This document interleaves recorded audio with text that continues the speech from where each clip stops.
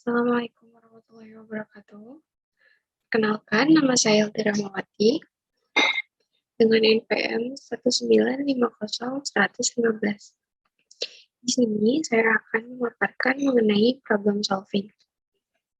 Yang pertama yaitu terdapat masalah pribadi.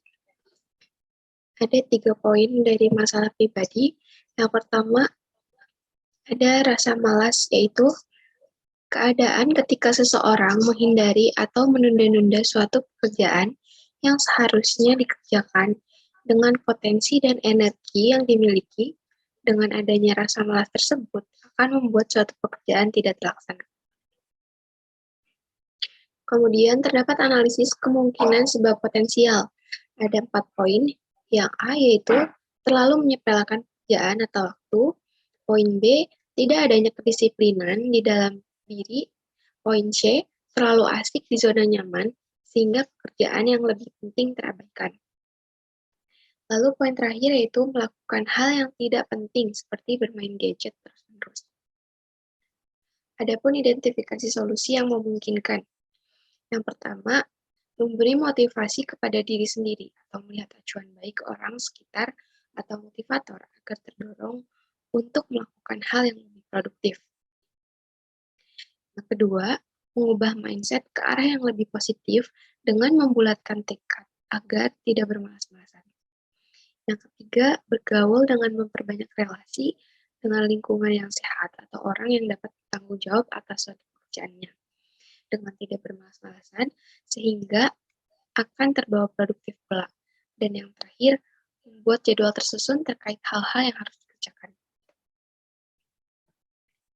Adapun pilih prioritas solusinya yaitu saya mengambil memberi motivasi kepada diri sendiri atau melihat acuan baik orang sekitar atau motivator agar terdorong untuk melakukan hal yang lebih produktif.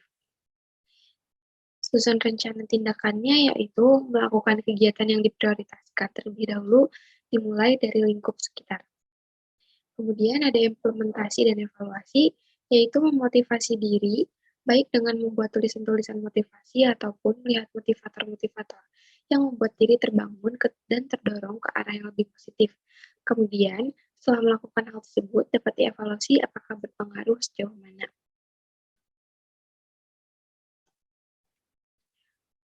Yang kedua yaitu ada rasa percaya diri, yaitu suatu sikap positif dalam diri atau keyakinan atas kemampuan diri sendiri. Kemudian ada identifikasi analisis kemungkinan sebab. Yang pertama, rasa tidak percaya diri timbul salah satunya karena adanya rasa malu dan juga rasa takut salah. Yang kedua, kurangnya persiapan atau latihan pada saat akan melakukan pekerjaan sehingga membuat tidak percaya diri.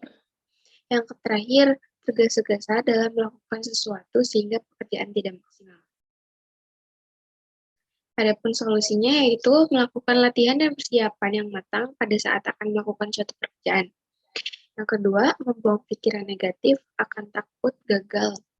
Dan yang ketiga, melakukan eye contact dengan orang yang akan dihadapi sehingga akan membuat lebih rileks pada saat melakukan suatu pekerjaan. Kemudian, yang diprioritaskan yaitu melakukan latihan dan persiapan yang matang pada saat akan melakukan suatu pekerjaan. Rencana yang tersusunnya yaitu dengan membuat latihan yang berulang, sehingga pada saat waktu tiba akan merasa tenang dan merasa percaya diri.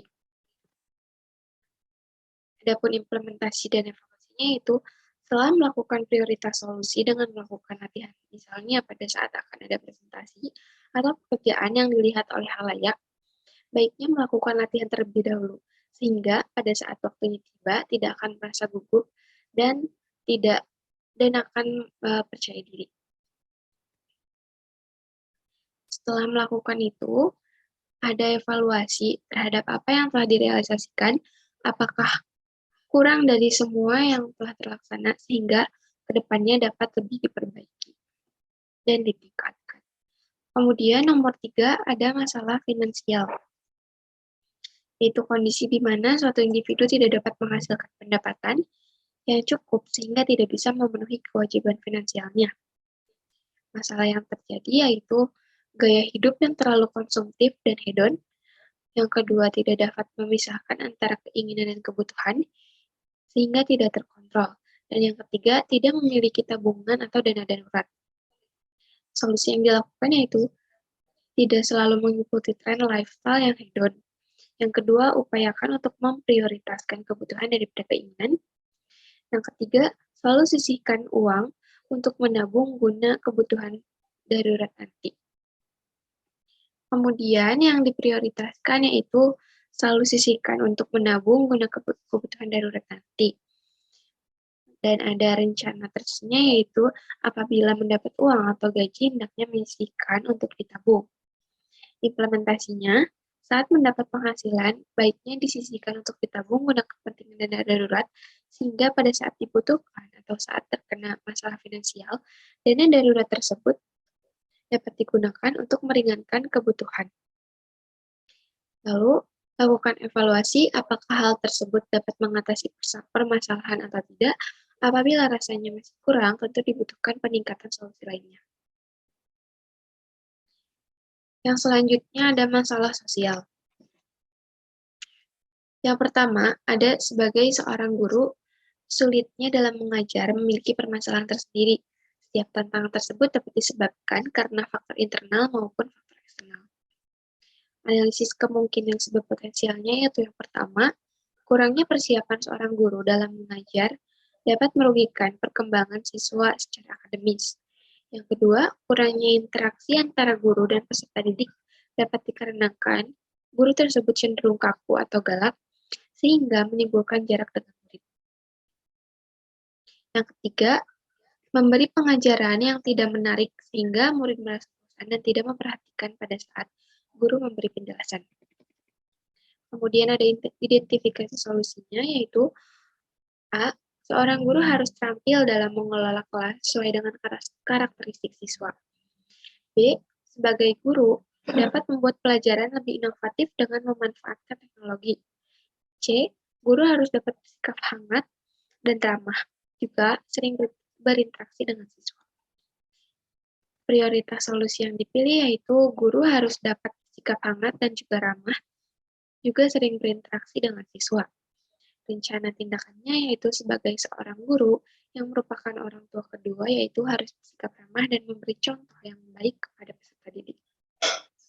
Implementasinya, bersikap hangat kepada siswa, hal ini akan membuat siswa tidak takut dan nyaman pada saat bertanya dan dapat meningkatkan keaktifan siswa dalam belajar. Serta guru harus mampu mengenali berbagai karakter siswa agar dapat memberi solusi atas permasalahan siswa, sehingga akan terjalin interaksi yang baik antara guru dan siswa. Yang kedua yaitu sebagai guru honor, mendapatkan upah atau gaji yang minim tidak sebanding dengan pekerjaan yang dilakukan dan gelar yang telah didapatnya. Adapun masalahnya yaitu belum menjadi seorang guru tetap.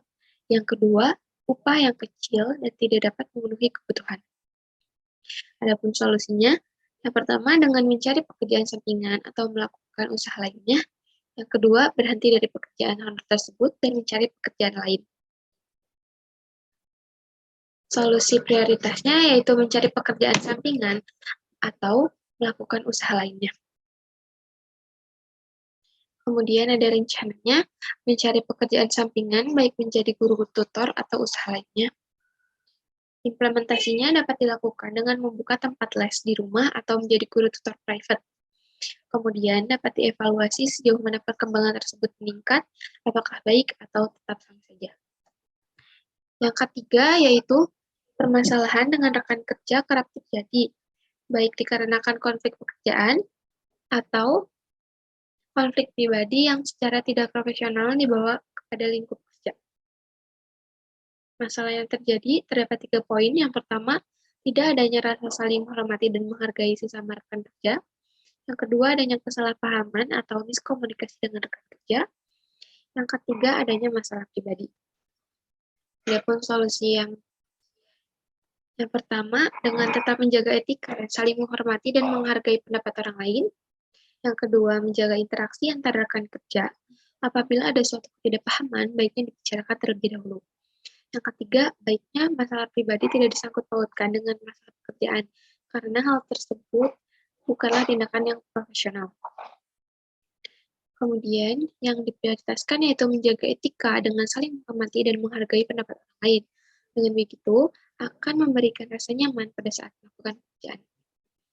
Rencananya, saling menghormati pada rekan kerja dan menghargai. Kemudian terdapat implementasi dengan terciptanya rasa saling hormat dan menghargai pendapat orang lain. Meskipun hal tersebut tidak sesuai dengan apa yang kita inginkan, maka pekerjaan dan lingkungan pekerjaan akan terasa lebih damai.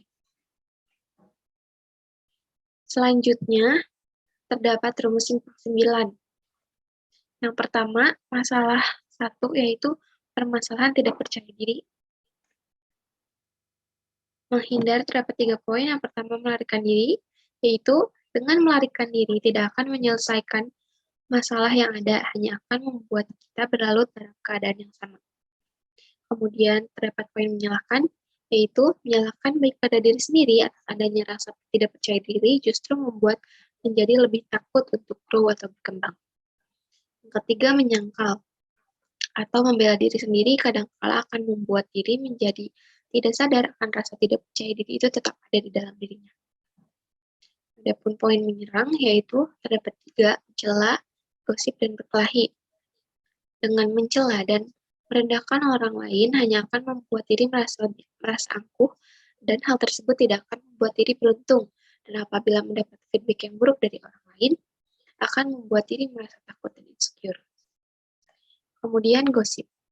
Membicarakan keburukan tentang orang lain hanya akan membuat keadaan menjadi rumit dan tidak harmonisnya interaksi antara satu dengan yang lain.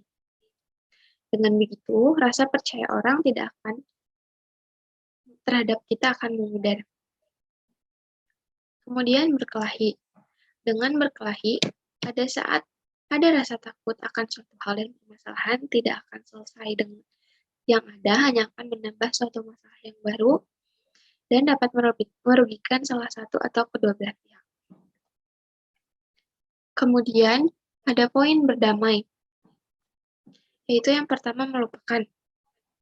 Dengan melupakan masa lalu yang membuat diri merasa takut atau tidak percaya diri, dengan begitu melupakan apa yang telah terjadi dan mengubahnya harus diperbaiki. Kedepannya harus diperbaiki. Kemudian ada berbicara empat mata. Berbicara empat mata dengan teman atau rekan yang membawa hal positif mengarah kepada meningkatnya rasa kepercayaan diri. Yang terakhir, meminta bantuan orang ketiga. Meminta bantuan orang ketiga, baik meminta solusi ataupun motivasi, agar menjadi pribadi yang memiliki rasa percaya diri yang tinggi. Kemudian masalah yang kedua yaitu masalah sosial. Saya mengambil tidak berdamai dengan rekan kerja. Masalah tidak berdamai dengan rekan kerja. Adapun poin melarikan diri yaitu melarikan diri seolah tidak ada masalah, namun akan membuat adanya perasaan kesal, akan berpengaruh pada pekerjaan sehingga tidak profesional. Poin kedua yaitu menyalahkan. Saat ada masalah dengan rekan kerja, hendaknya tidak saling menyalahkan. Tetapi yang harus dilakukan ialah bercermin pada diri sendiri apa yang harus diperbaiki atau dibenahi. Poin ketiga menyangkal, yaitu seolah dirinya merasa benar bukanlah yang benar dan baik. Cukup berbicara dengan jujur akan apa yang telah terjadi akan membuat masalah menjadi reda atau meminimalisir masalah tersebut. Kemudian mencela. Dengan mencela tentu akan menimbulkan masalah baru, karena apabila orang yang dicela tidak menerima, tentunya akan menjadi masalah hal yang baru dan itu akan memperumit konflik. Kemudian gosip, membicarakan baik salah satu atau kedua belah pihak yang terlibat konflik akan timbul kesalahpahaman yang menyebabkan semakin rumitnya konflik. Berkelahi. Dengan berkelahi justru akan merugikan salah satu atau kedua pihak.